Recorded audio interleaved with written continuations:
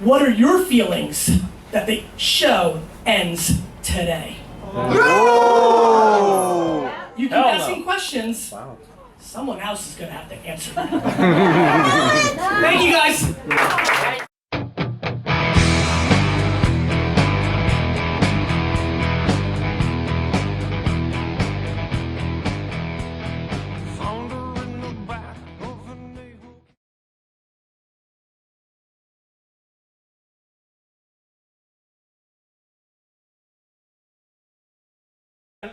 So, maybe I'll say some words before I tape the episode. I really, really appreciate everybody being here.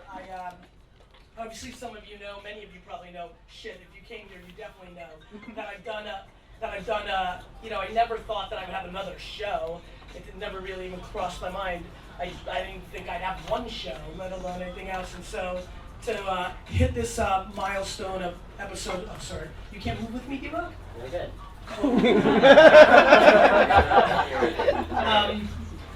To hit this milestone was a lot of fun. I'm really glad I was able to get here.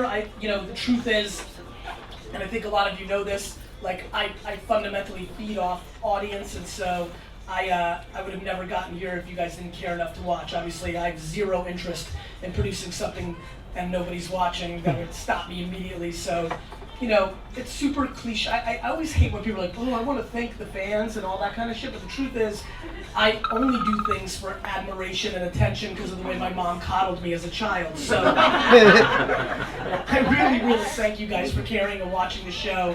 I've really enjoyed doing it. To me, Q&A is really the secretly I probably started the show because I wanted to build brand around Q&A, because when I speak, as many of you know, you can go to YouTube and see the spiel, right?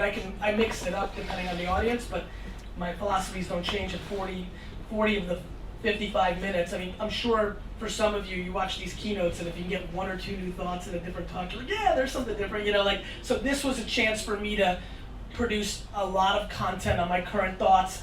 I think a funny thing somebody just tweeted I saw was like, Meerkat didn't exist when this show started, right? And so many people here are streaming. And so I thank you. I'm humbled. I know it's the middle of the day. I know a lot of you are hustling and executing and doing your own thing. And for you to take time to come and support me in this show means a lot to me. And so I'm going to keep it very, very basic. I'm going to do my intro. We're going to walk around. D-Rock just texted me. He's like, how many questions do you want to do? I'm like, as many as fucking possible.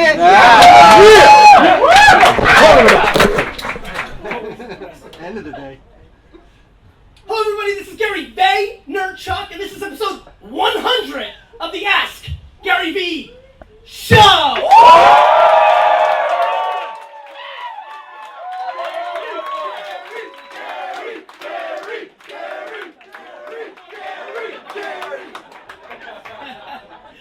Thank you.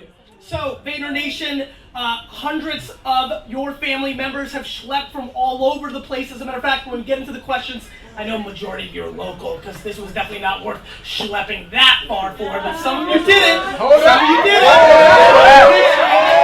I appreciate it. So make sure you tell me where you're from. When you ask your question, please tell me who you are. We are here, not too far from Vayner Media. We're going to do this outside in the park. Was the original plan, which is why we had an open RSVP, until somebody with a half a brain came up to me and was like, you need a permit if you have more than a couple of people at the park. I'm like, fuck. Okay, we scrambled. Gansevoort hooked us up. Thank you so much. We're here on the rooftop of the Gansevoort Hotel, not far from Vayner Media in New York City. And really, episode 100, you could have debated a lot of different formats, but the concept is quite simple. My friends, my audience, my family is here. They're going to ask some questions. I'm going to answer them, and we're going to go as long and as hard as we can. So thank you so much. Please clap it up for yourselves, because you mean a lot to me. Obviously,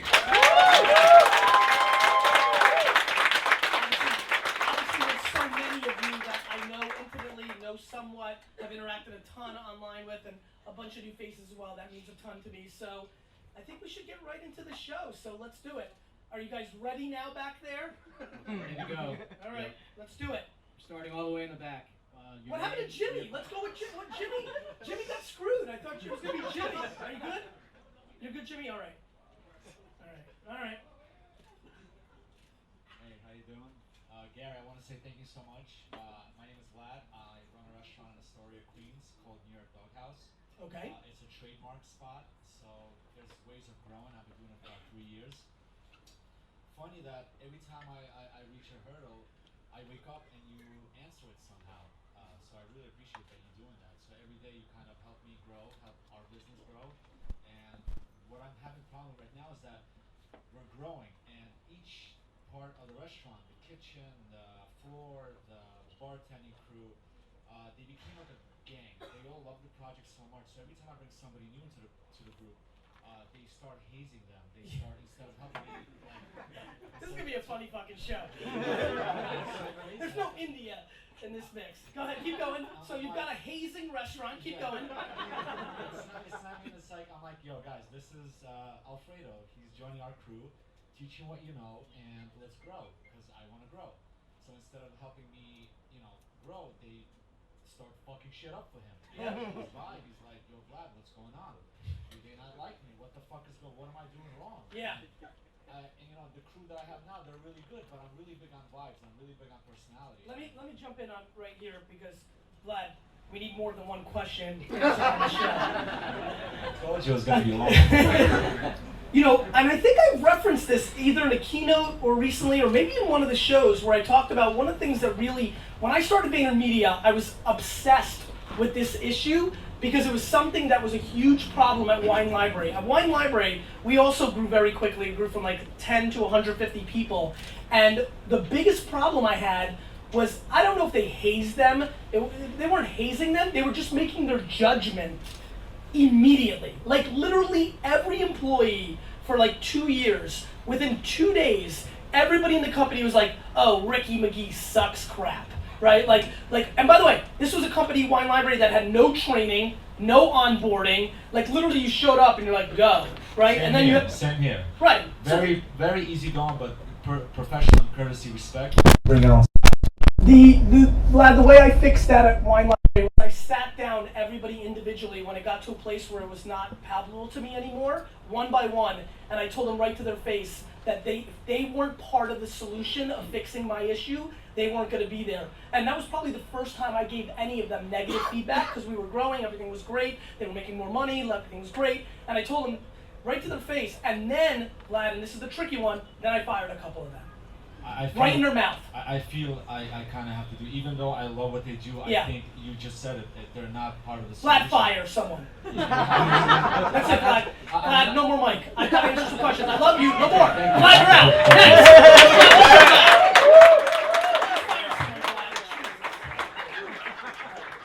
All right, let's keep going. My name is Jimmy Fisher from New York. I'm with my twin brother from Chicago. And our question has to do with him and I are working on a bunch of different projects. That's already a problem. Starting a bar and have a digital agency and then do construction consulting, weird stuff. But our question is working with AJ, being brothers in a business together. Yes. Could you speak to a specific example where you guys have had to overcome that family relationship working through a business challenge? So, with AJ, I've had a lot less problems than I did with my dad. For a lot of different reasons, different personalities, different parts of the equation. I was the number 2 coming up in Wine Library. I'm the number 1 with Vaynermedia. I'm 11 years older than AJ. We started an eBay business when he was 9 or 10. So we fought, he negotiated that business. I remember starting off as 70-30, but then one day in, he told me it needed to be 50-50. And so we fought that out and had our fisticuff moments then. The truth is, Vayner was easy because, one, the big decision that could have caused a lot of problems was addressed immediately, which was we made the company 50-50. And even though I had all the leverage and I was in the market and the company was built a lot on my brand, I thought it was important to start the relationship off in the right foot and make us equal partners. The truth is, AJ is very self-aware in the same way that I am, and he, as time has gone on, recognizes the disproportionate value that I bring. He really does. He's been a perfect partner to me. AJ is the one in our relationship, as we are looking at different business deals, the fund, and all the future things. He was the one that came to me and said, hey bro, I think that you should have more of the action as we go forward in X, Y, and Z. That takes a lot of humility, that takes a lot of self-awareness, that takes a lot of things. And so I think, we've had our fisticuffs, right? Like, we had an argument of he was convinced that clients would not pay us a fourth of what they're paying now for a monthly retainer. Convinced. And obviously me winning that debate has helped me have some equity with him. But he brings a ton of stuff, and I've referenced it throughout the 500 questions I've answered on this show. He's brought a lot of value to me. He's massively mature for his age, and in a lot of ways, not only plays the straight man in our relationship, but he's also got magic and stuff like that. He's a perfect dude. I'm super pumped. He's getting married in 3 weeks. My beard's upset about that. But at the end of the day, it's crazy. Now 5.5, almost 6 years into this, we're actually 6 years into this venture, we've really not had a blowout.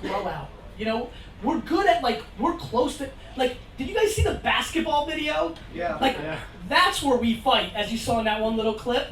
When we're on the same team, we're really good. And so we have our moments, but I'm sure the 11-year, age difference, all the circumstances, right? The circumstances make the pudding, as I like to say. And so, though I've never said the circumstances make the pudding ever before. I've never said it. But the circumstances have everything to do with it. So I don't know if our relationship can project things to you, but I will say this.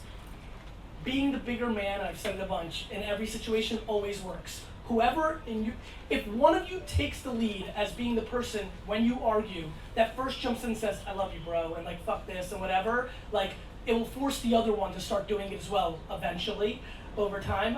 I can promise you that, because I sure did that a shitload with my dad, and finally, after 15 fucking years, he started playing that game out. So I think you should consider that. Cool. Let's clap it up for that question.